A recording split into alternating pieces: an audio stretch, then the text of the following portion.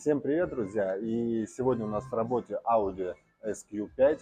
Человек обратился с проблемой скрипа, жуткого скрипа в районе торпеды. Сделали диагностику, обнаружили, и пойдемте я вам расскажу, покажу, в чем дело. Для того, чтобы обнаружить данный сверчок, нам потребовалось снятие торпеды полное. Так как мы уже сняли, делаем комплексную шумоизоляцию. Как этот звук проявлялся? То есть вы поворачиваете рулем влево-вправо на кочках, издавался скрип, такое ощущение, будто резина об резину трется. И чем холоднее, тем звук звучал громче.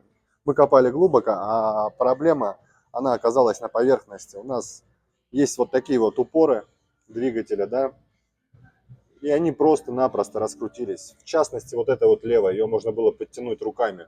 Чтобы решить эту проблему, снимаете жабо, два дворника, подкручиваете эти болты, и скрип уходит.